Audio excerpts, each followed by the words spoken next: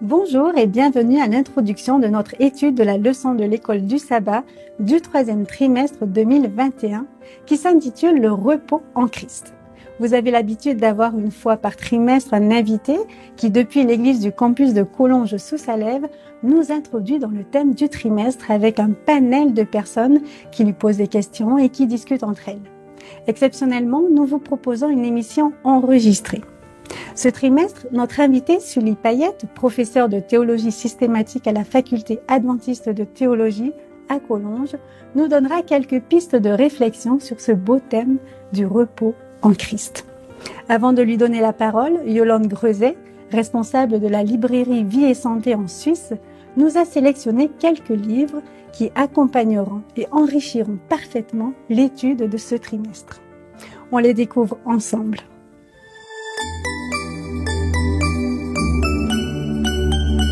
Bonjour à tous. J'ai le plaisir de vous présenter quelques livres qui accompagneront de manière utile les études du troisième trimestre 2021 de l'école du sabbat sur le thème « Le repos en Christ ». Alors, ces livres vous sont proposés par Sully Payette, qui est professeur à la FAT de Collonges, et par la librairie Vie et Santé en Suisse. Alors, le premier livre que j'aimerais vous présenter, c'est « Le ciel ou le vrai repos », un livre de Richard Baxter. En fait, ce livre a été écrit il y a environ 400 ans. Mais malgré tout, il reste bien d'actualité parce que même si la manière d'écrire est quelque peu ancienne, il nous présente ce qu'est le repos en lien avec le ciel. Un sujet qui pourrait paraître incongru au milieu d'une vie aussi bousculée qu'est la vie moderne. Mais l'auteur montre que le croyant a tout avantage à se préparer pour le ciel, ce lieu où nous allons nous rendre, ce lieu où nous serons enfin en repos. Et c'est la méditation du ciel qui est la meilleure façon de s'y préparer. Un deuxième livre que je vous présente, c'est le livre de Laetitia Thomas-Février qui s'appelle « Dans son repos ». Alors là, c'est un livre complètement différent parce que dans cet ouvrage, vous trouverez une collection de très beaux poèmes-prières pour tous ceux qui ont envie de vivre dans le repos de Dieu. Il n'est pas toujours facile de s'arrêter pour méditer, pour prier. Alors ce livre va vous aider avec des textes simples, remplis de tendresse et qui touchent au cœur. Un troisième livre qui s'appelle « Dans la joie et le repos de sa présence », un livre de Tom Hess, qui nous parle du Shabbat comme une expérience grandiose attendue chaque semaine avec impatience. Il veut nous aider à avoir une bonne compréhension de ce jour, qui veut dire pause ou se reposer, être tranquille. Mais c'est aussi réaliser que la notion du Shabbat recouvre plus de sens qu'aucun autre ne pourra le faire et, entre autres, c'est celui qui nous permettra d'entrer, de vivre et de se réjouir dans le repos de la présence du Seigneur du Shabbat. Un quatrième livre qui nous parle aussi du sabbat, mais cette fois qui a été écrit par une théologienne suisse. Alors elle nous présente le sabbat en lien avec notre monde qui a mis au centre de sa vie les activités, le travail, ainsi que le statut économique et social. Et elle nous invite à retrouver l'essence même du sabbat, c'est-à-dire s'arrêter pour se retrouver, pour être et pour entrer en relation.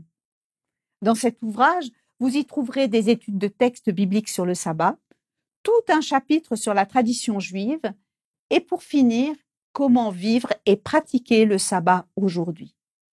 Un petit bémol, parce que lorsqu'elle parle qu'il est bon qu'aujourd'hui nous fêtions le Shabbat le dimanche, mais cela n'enlève rien à la profondeur de sa réflexion.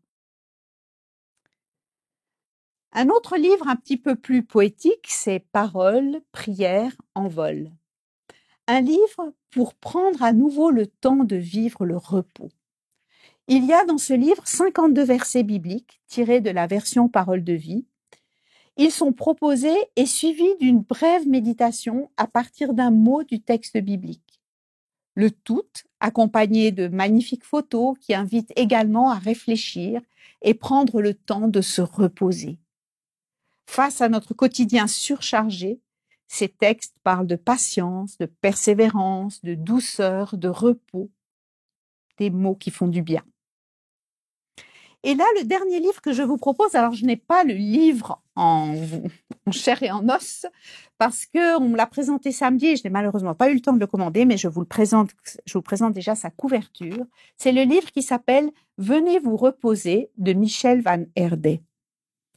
Alors, Michel Van Herde donne au lecteur d'aujourd'hui des clés spirituelles pour retrouver son élan vital quand le burn-out guette. Pour cela, quels meilleurs exemples que les hommes et les femmes de l'Évangile. Confrontés aussi à leur humaine condition, portés et inspirés par la figure de Jésus, ils apprennent à traverser la solitude, à accueillir l'imprévu, à sortir de leur zone de confort, surmonter ses peurs, apprendre à passer des caps, assumer son originalité, telle est la leçon qu'ils nous transmettent. Alors le lecteur d'aujourd'hui se reconnaîtra parfaitement dans ces portraits si actuels et réconfortants qui parlent au cœur. Il y trouvera aussi une source d'inspiration pour retrouver ses fondements et les motivations profondes de sa vie, et pour enfin se reposer. Et l'auteur de ce livre a cumulé de nombreuses charges professionnelles et il sait donc de quoi il parle quand il propose du repos qu'il ne faut pas culpabiliser à s'accorder. Alors voilà, tous ces livres sont disponibles à la librairie Vie et Santé, qui expédie aussi à l'étranger. Et durant les mois de juin et de juillet, un rabais de 10% sera accordé à l'achat de l'un de ces livres. Merci de votre écoute et je vous souhaite de riches moments d'études dans vos classes d'école du sabbat autour de ce thème si important au XXIe siècle, le repos. Merci à Yolande pour ces propositions de livres disponibles dans nos librairies chrétiennes ou d'église en France, Suisse et Belgique. Alors, qu'est-ce que cela veut dire se reposer en Christ? Quelles sont les 13 facettes de ce repos abordées ce trimestre? Parmi elles, il y a bien sûr le repos du sabbat, mais pas seulement. Comment vivre la paix dans la famille, dans l'église et surtout être en paix avec nous-mêmes? Comment vivre en paix dans un monde qui ne s'arrête jamais? Laissons la place à notre invité, le professeur Sully Payette. Quant à moi, je vous retrouve en fin d'émission.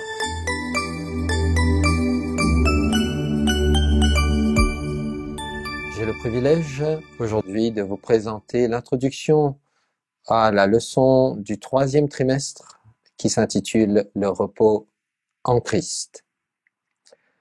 L'existence de l'homme est faite de l'alternance du travail et du repos, du trouble et de quiétude.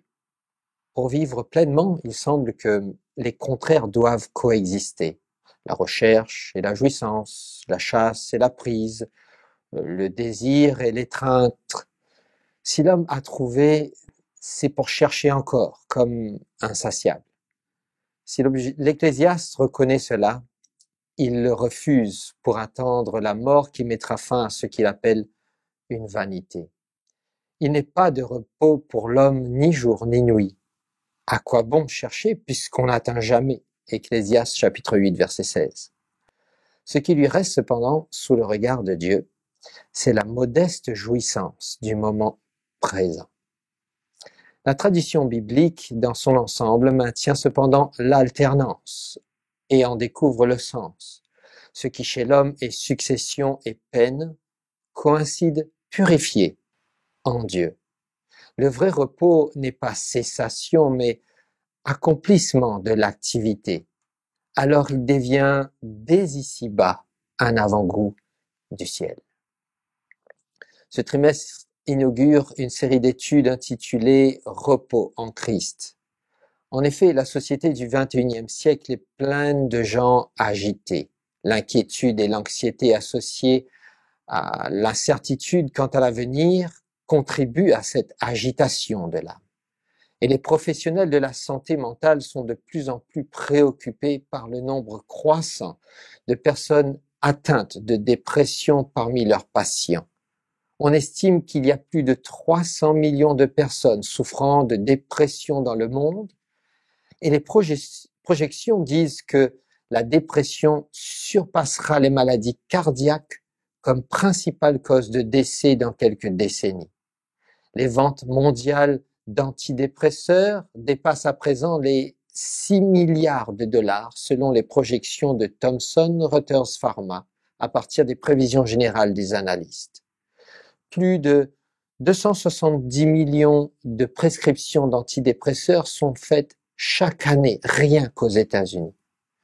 Nos leçons de ce trimestre se focalisent non seulement sur la notion du repos, mais surtout sur la véritable source de repos. Elle donne des conseils pratiques sur la manière de trouver du repos dans la fébrilité de nos vies trépidantes. Tout au long de la Bible, Dieu nous invite à chacun d'entre nous, à nous reposer de toutes nos activités. En effet, quand l'agitation de la vie nous submerge, plusieurs choses commencent à se produire. Peu à peu, nous perdons de vue l'essentiel. Les événements présents nous accablent, les difficultés de la vie semblent plus grandes et nous nous concentrons sur les problèmes plutôt que sur Dieu. Dans notre agitation, nous nous focalisons sur les réponses humaines à nos dilemmes plutôt que les solutions divines. Et peu à peu, l'épuisement physique, mental, émotionnel nous guette. L'agitation conduit à la fatigue, et puis la fatigue conduit à l'épuisement. Finalement, l'épuisement conduit au découragement. On est trop occupé et cela nous conduit souvent à prendre des décisions hâtives. On a plein de choses à accomplir que l'on a peu de temps pour réfléchir à la meilleure solution aux différents problèmes que l'on rencontre. Peu à peu aussi, nous avons du mal à regérer nos relations les uns avec les autres.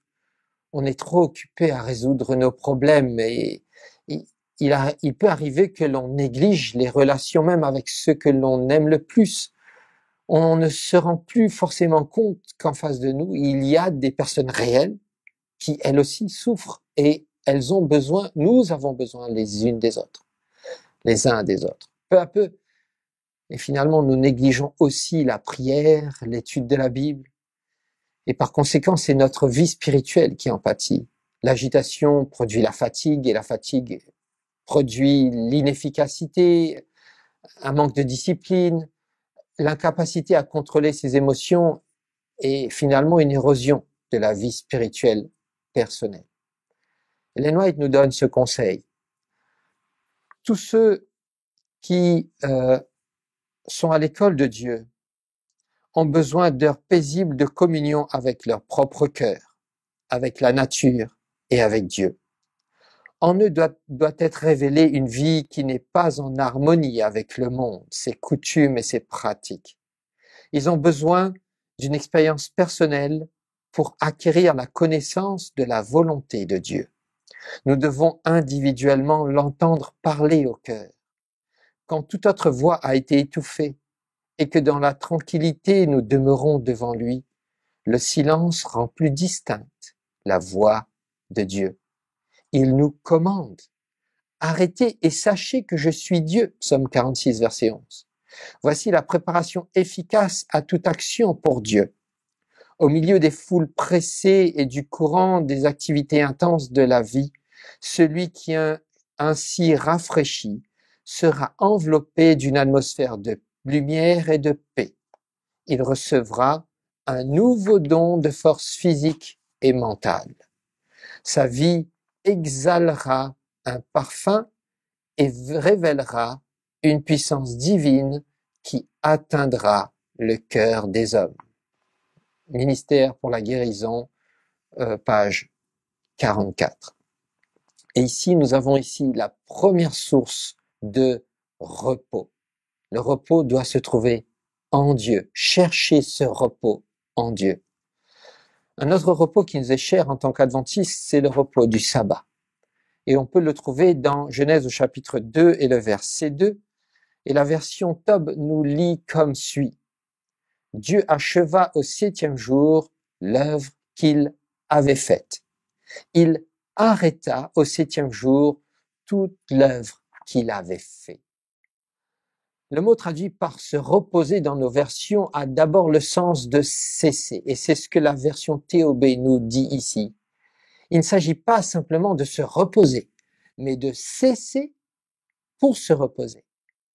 Quand on va un peu plus loin dans le livre de l'Exode, chapitre 31 et le verset 17, il est écrit « Il est le signe qu'en 6 jours, le Seigneur a fait le ciel et la terre, mais que le 7e jour, il a chômé et repris son souffle », selon là encore la version TOB.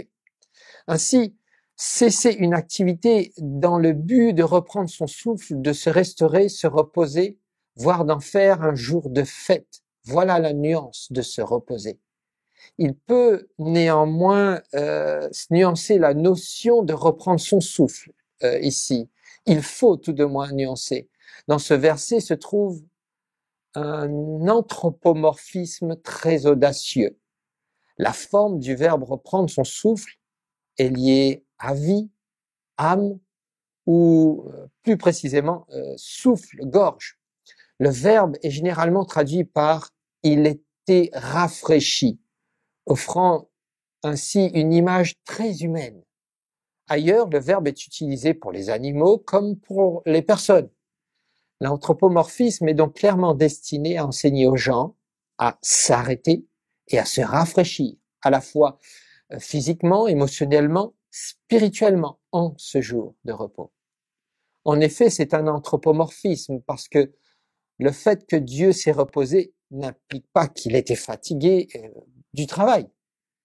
Si on lit Ésaïe au chapitre 40 et le verset 28, cela va dans ce sens. Le Seigneur est le Dieu de toujours. Il crée les extrémités de la terre. Il ne faiblit pas. Il ne se fatigue pas. Nul moyen de sonder son intelligence.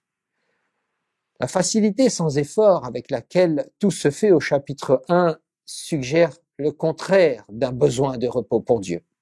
Ce n'était pas un repos d'épuisement ici, c'est la cessation de l'œuvre de la création. Il a terminé son œuvre et il a cessé pour se reposer.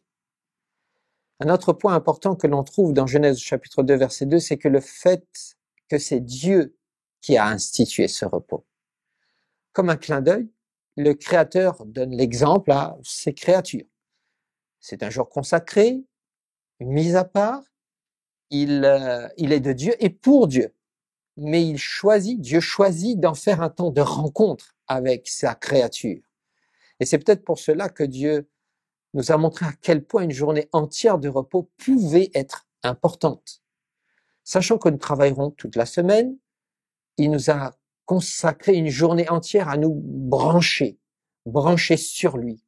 Un moment où il aimerait nous remplir de sa présence, afin que nous puissions être des personnes en meilleure santé tout au long de la semaine suivante. Le repos, c'est la façon personnelle de Dieu de nous dire « prends du temps avec moi, juste toi et moi ». Pour aller plus loin, le motif du repos de Dieu fait allusion au début de la création. Comme en témoignent divers récits anciens du Proche-Orient, le repos divin est associé à la construction de temples. Le dessein de Dieu pour la terre, donc, est qu'elle devienne sa demeure. Elle n'est pas simplement faite pour abriter des créatures. Les activités de Dieu en ce jour-là, il a terminé, s'est reposé, a béni, a rendu saint. Tous ces verbes correspondent tous à ce concept de la terre en tant que sanctuaire divin. Le repos est là pour nous rappeler aussi qui est Dieu. Il est le Créateur à la puissance illimitée. Le prophète Ésaïe nous appelle à méditer sur cela quand il affirme au chapitre 40 et le verset 26. Et il nous dit « Levez vos yeux en haut, regardez. Qui a fait ces choses? Qui a créé ces choses? Qui fait marcher en ordre leur armée? Il les appelle toutes par leur nom. Par son grand pouvoir et par sa force toute puissante, il n'en est pas une qui fasse défaut. » Notre Créateur est celui qui donne et soutient la vie. Ainsi, le sabbat du 7e jour est un mémorial, un signe immuable, un rappel perpétuel de la formidable puissance créatrice de Dieu. C'est donc une invitation à méditer, un temps de méditation sur celui qui nous a créés. Le travail en lui-même n'est pas un péché. Institué par Dieu avant le péché, il en est de même pour le sabbat. Il reste une pause hebdomadaire instituée avant le péché.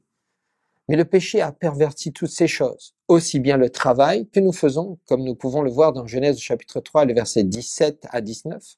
Quand Dieu donne à Adam et Ève les conséquences, il dit à Adam, désormais tu vas devoir travailler le sol parce qu'il ne te donnera pas ce qu'il aurait naturellement produit avant le péché. Il en est de même pour le sabbat. Quand nous allons dans Exode chapitre 20 et le verset 8, selon la version Darby, il est écrit « Souviens-toi du jour du sabbat pour le sanctifier. 6 jours tu travailleras et tu feras toute ton œuvre. Mais le 7e jour est le sabbat consacré à l'Éternel, ton Dieu. Tu ne feras aucune œuvre, ni toi, ni ton fils, ni ta fille, ni ton serviteur, ni ta servante, ni ta bête, ni ton étranger qui est dans tes portes.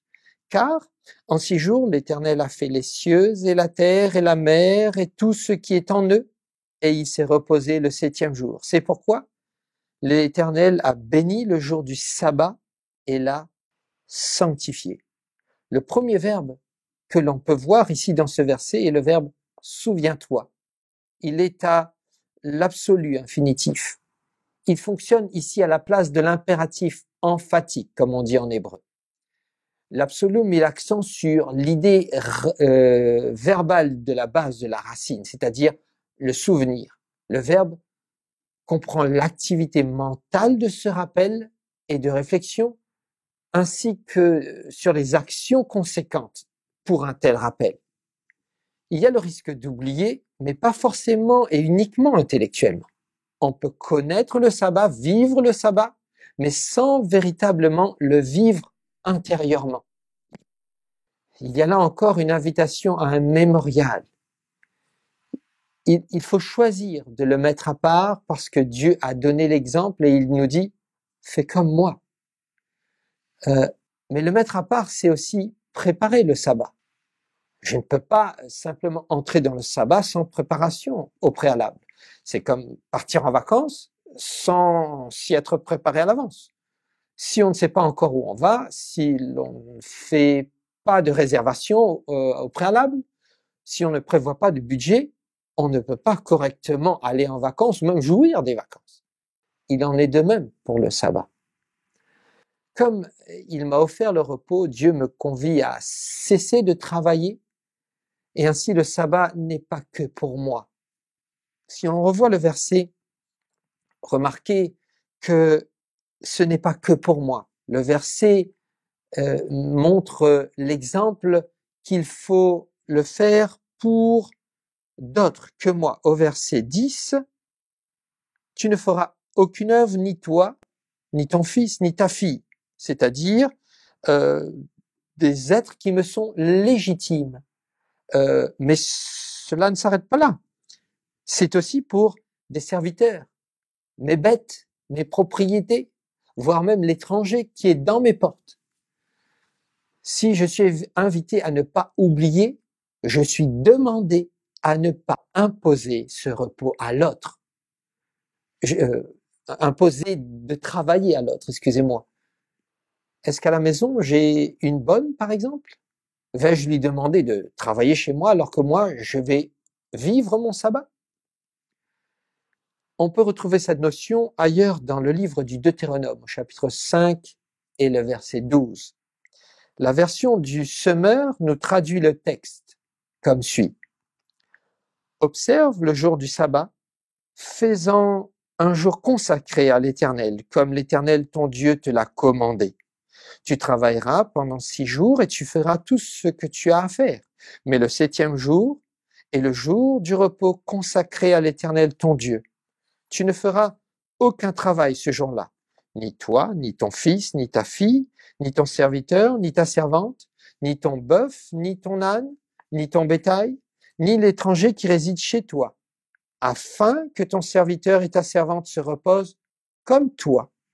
Tu te souviendras que tu as été esclave en Égypte et que l'Éternel ton Dieu t'a tiré de là en intervenant avec puissance. C'est pourquoi l'Éternel ton Dieu t'a demandé d'observer le jour du sabbat. Remarquez ici, la liste est un petit peu plus longue. On en a rajouté le bœuf et l'âne. La raison nous est aussi donnée et elle est simple. Ne deviens pas un faiseur d'esclaves. Si tu sais ce que vaut d'être libre, sois donc aussi un libérateur. Donne l'occasion aux autres de rencontrer leur libérateur, celui qui t'a libéré. Trop souvent, je pense à moi, à mon repos, à ma relation avec Dieu. Qu'en est-il des autres qui m'entourent? Nous savons à quel point le péché nous rabaisse, nous avilit, nous rend égoïstes. Donnons-nous aussi l'occasion aux autres de rencontrer celui qui libère du péché.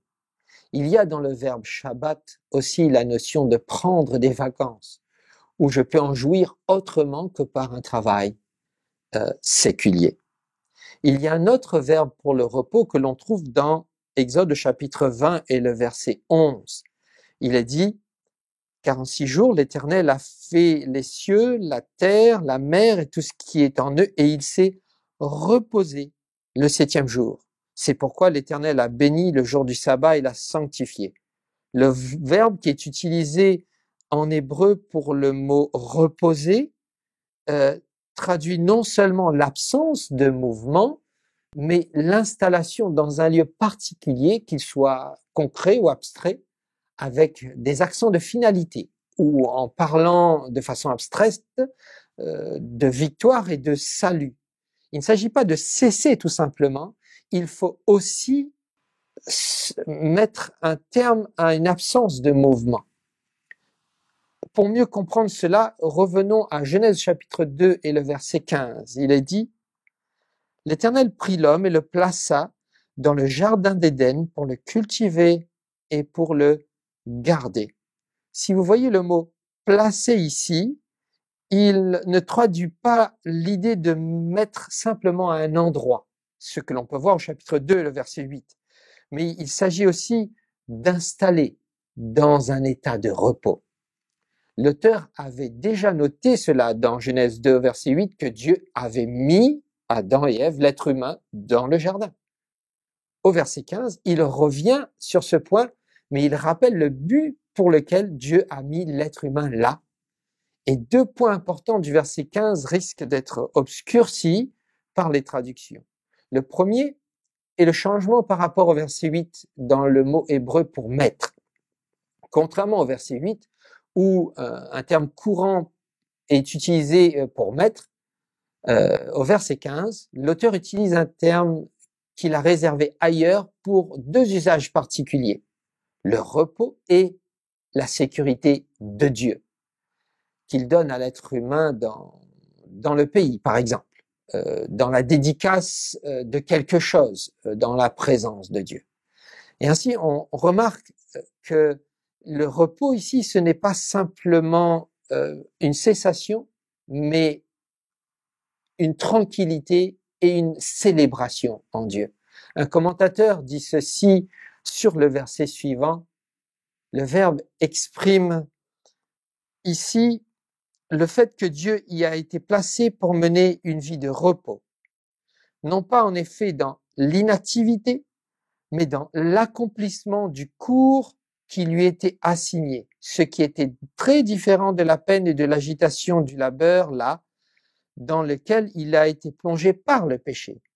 Au paradis, il devait habiller le jardin, car la terre était destinée à être entretenue, cultivée par l'homme. La nature ayant été créée pour l'homme, sa vocation était non seulement de l'ennoblir par son travail et de se l'assujettir, mais aussi de s'élever dans la sphère de l'esprit et de favoriser la glorification de son Créateur. Par ses soins et la culture, l'homme pourrait en faire un miroir transparent de la gloire du Créateur. Ici aussi, l'homme devait commencer son propre développement spirituelle. Fin de citation. Les deux sens du terme, donc sécurité et dédicace, semblent se trouver derrière l'utilisation du mot par l'auteur au verset 15. L'être humain a été mis dans le jardin où il pouvait se reposer et être en sécurité.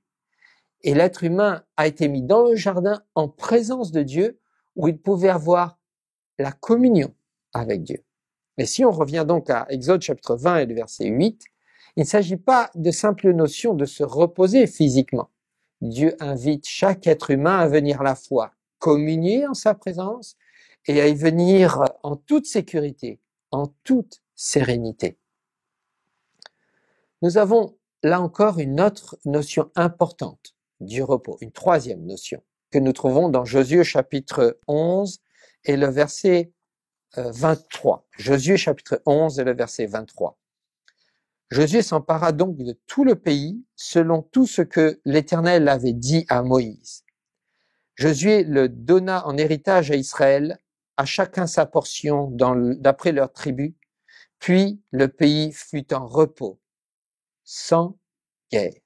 On a vu l'idée de se reposer au départ, de cessation. On a vu l'idée de se reposer dans le sens d'être en sécurité, en sérénité, de jouissance. Ici, d'être dans le calme, sans trouble. Si on va dans Ésaïe chapitre 47 et le verset 26, on retrouve la même notion. Jacob reviendra, il jouira du calme et de la tranquillité. Il n'y aura personne pour le troubler. L'idée de base de la racine de ce troisième mot en hébreu est la tranquillité, l'absence de conflit, de guerre, de trouble, l'absence d'inquiétude et d'anxiété et l'absence d'obligations impérieuses ou encore de quelques éléments perturbateurs. Et si l'on résume, le repos, c'est bien sûr se reposer, cessation de travail, de l'activité, de la menace ennemie ou de combat, de l'errance, de voyage, de l'inquiétude. Et ainsi, le repos dans l'Ancien Testament désigne différents états. On a vu le délassement après la fatigue et l'épreuve. Deuxièmement, la cessation de l'activité.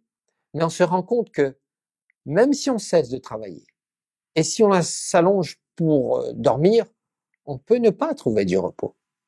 Et l'Ancien Testament nous fait alors découvrir d'autres types de repos, comme on vient tout juste de le voir, la tranquillité, la quiétude, la sérénité sans se limiter au sabbat.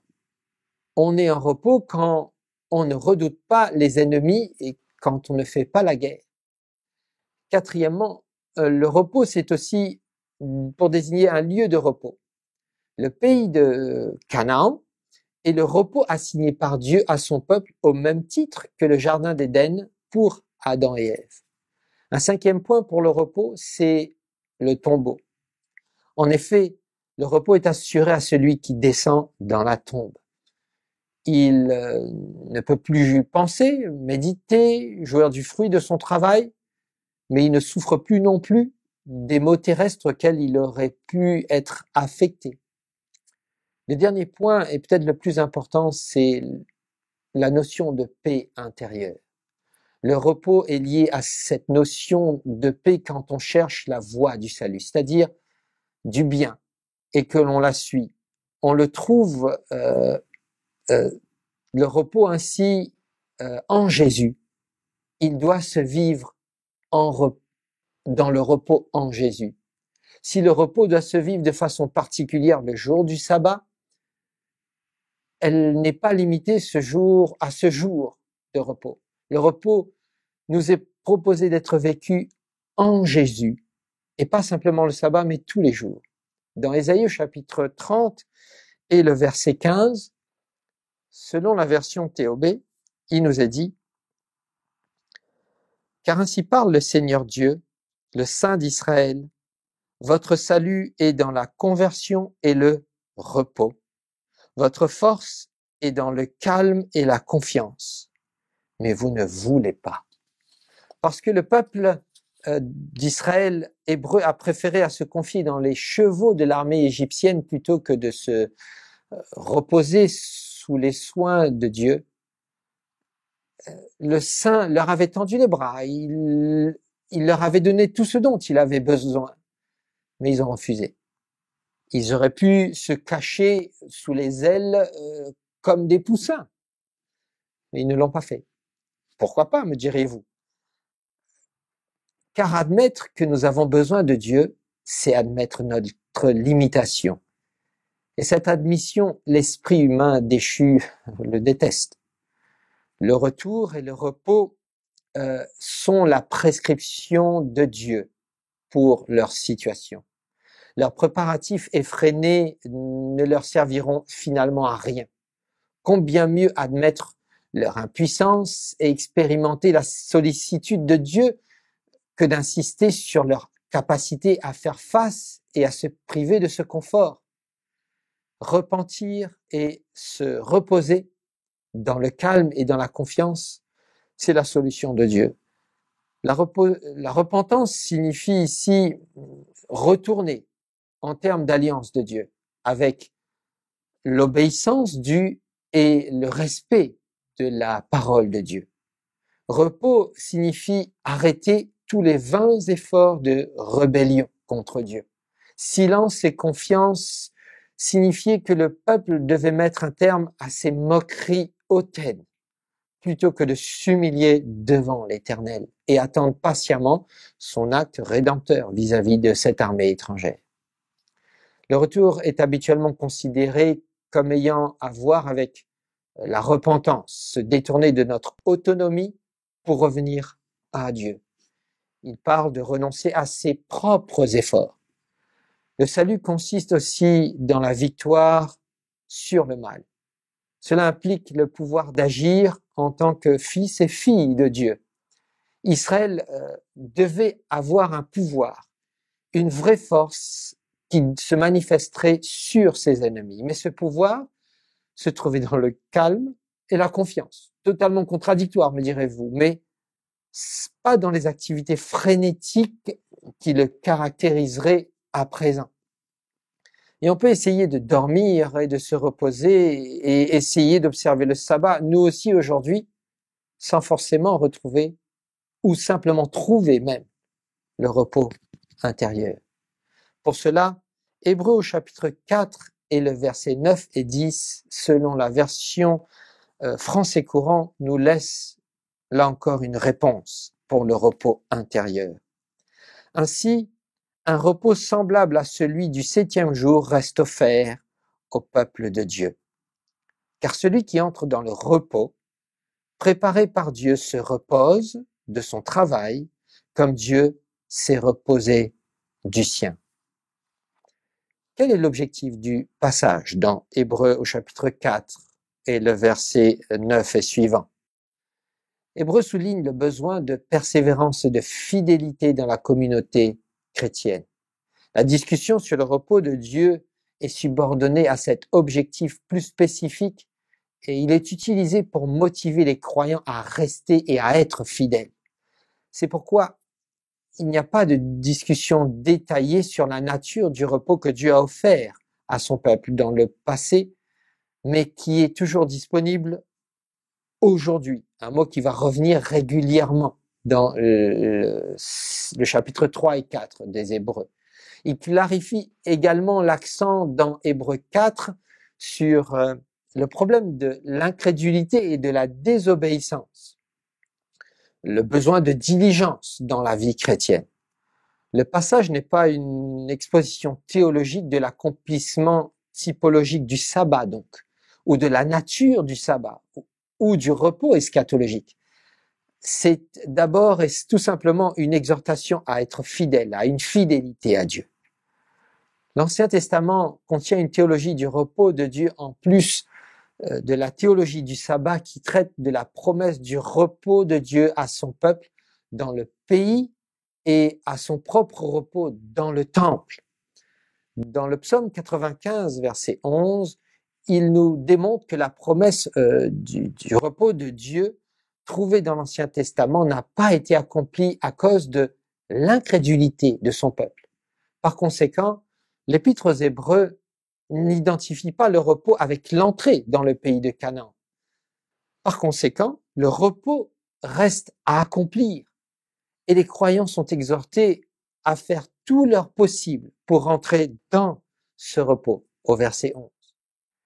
Pourtant, le reste semble aussi être une expérience présente que l'on trouve au verset 3. C'est quelque chose que l'on vit aujourd'hui. Bien que ce repos ne soit pas clairement défini dans le texte, il désigne probablement la bénédiction du salut dont nous jouissons maintenant en attendant sa consommation au second retour de Jésus. L'offre du repos semblable au sabbat dans l'Ancien Testament n'a pas mis de côté l'observance littérale du commandement du sabbat. De même, le repos eschatologique ressemble au sabbat, mais ne le remplace pas. Il déclare que le repos eschatologique de Dieu, comme le sabbat, est disponible depuis qu'il a terminé son œuvre de création. Le repos du sabbat illustre également la nature du repos qui est encore disponible en tant que cessation de ses œuvres. Hébreux chapitre 4 et le verset 10 utilisent le sabbat de Genèse chapitre 2 verset 2 comme modèle pour sa compréhension du repos eschatologique. La jouissance à la fois du repos eschatologique et du sabbat exige l'arrêt du travail. Pour entrer donc dans le repos de Dieu, il suffit non pas de rejeter l'obéissance au commandement du sabbat, mais de persévérance et de fidélité et de cesser nos œuvres humaines. Jésus va dans le même sens dans Matthieu chapitre 11 et le verset 28. Matthieu chapitre 11 et le verset 28. Venez à moi, vous tous qui êtes accablés sous le poids d'un lourd fardeau, et je vous donnerai du repos. Prenez mon joug sur vous et mettez-vous à mon école, car je suis doux et humble de cœur, et vous trouverez le repos pour vous-même. Oui, mon joug est facile à porter et la charge que je vous impose est légère, selon la version du Semeur. Quand on regarde les versets 20 à 24, on se rend compte que Jésus venait de reprocher à 3 villes. Chorazine, Bethsaïda et Capernaum étaient les villes dans lesquelles la plupart des miracles de Jésus ont été accomplis. Et pourtant, leurs occupants ont rejeté la mission de Jésus et sont restés impénitents.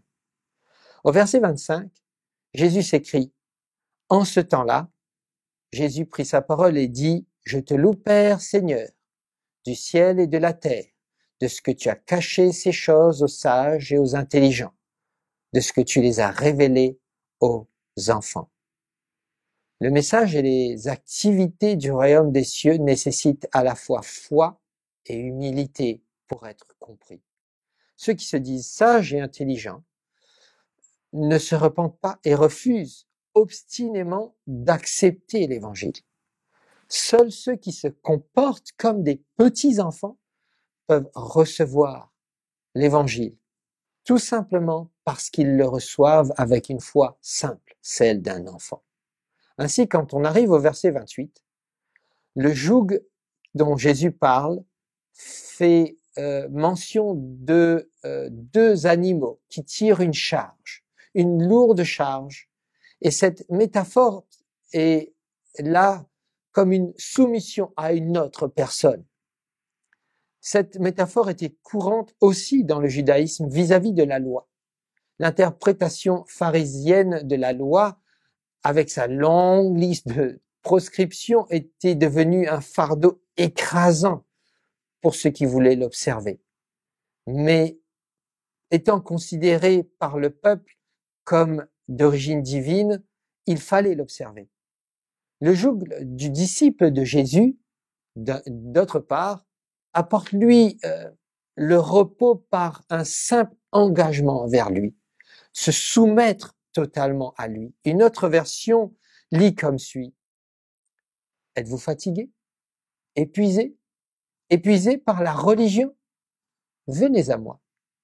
Partez avec moi et vous récupérez votre vie. Je vais vous montrer comment prendre un vrai repos. Marchez avec moi, travaillez avec moi, regardez comment je le fais. Apprenez les rythmes non forcés de la grâce. Je ne vous imposerai rien de lourd ou d'inapproprié. Gardez-moi compagnie et vous apprendrez à vivre librement, avec légèreté. Je terminerai en disant que l'on peut fatiguer aussi l'autre par notre attitude négative, notre démarche contraignante, nos paroles, voire notre absence. On peut aussi fatiguer l'autre par notre absence de pardon, par nos regards rabaissants. Le repos se trouve en Jésus. Il se vit particulièrement le sabbat du 7e jour avec Jésus par une cessation complète et totale de travaux rémunérés.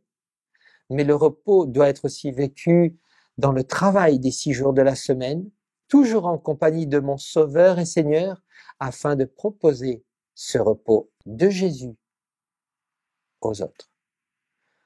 Alors que je termine, j'aimerais vous inviter tout au long de ce nouveau trimestre à prendre le temps d'étudier la parole de Dieu et ainsi pas simplement de connaître le repos intellectuellement, mais aussi de le vivre dans vos vies avec Jésus, le jour du sabbat et la semaine.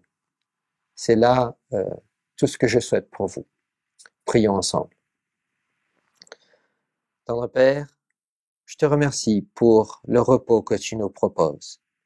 Il s'agit d'abord d'un repos physique. Il s'agit aussi du repos du sabbat pour cesser toute activité de la semaine, pour venir trouver la tranquillité, la sérénité en toi, pour méditer sur ce que tu es, le Créateur et le Libérateur. Mais tu nous invites aussi à vivre le repos vis-à-vis du péché et chaque jour nous laisser diriger par toi, nous soumettre à ta volonté et qu'en Jésus nous puissions trouver ce vrai repos qui nous permet de vivre comme tu désires et qui nous permet aussi de proposer ce repos aux autres afin que, en le découvrant, ils puissent le vivre en Jésus. Seigneur, il n'y a que toi qui peux l'imprimer en nous. Fais au-delà ce que nous pouvons te demander et que ta grâce nous soutienne. Donne-nous donc ce repos en toi, car c'est au nom de Jésus que je te demande toutes ces grâces. Amen. Que Dieu vous bénisse. Je vous souhaite une bonne étude pour le 3e trimestre. Nous espérons que cette introduction vous a donné envie d'aller plus loin dans l'étude de cette leçon, mais surtout d'expérimenter tout au long de votre vie le repos en Christ. Merci au professeur Payette et à l'ensemble de l'équipe technique pour la réalisation de cette émission. Merci à vous de nous avoir suivis. Pour ne rien rater de nos émissions, nous vous invitons à vous abonner à la chaîne depuis laquelle vous nous regardez. On se retrouve donc fin septembre avec Daniela Gelbrich, professeure d'Ancien Testament à la faculté adventiste de théologie à Collonges. Elle introduira l'étude du 4e trimestre sur le livre du Deutéronome. D'ici là, prenez soin de vous et bonne étude.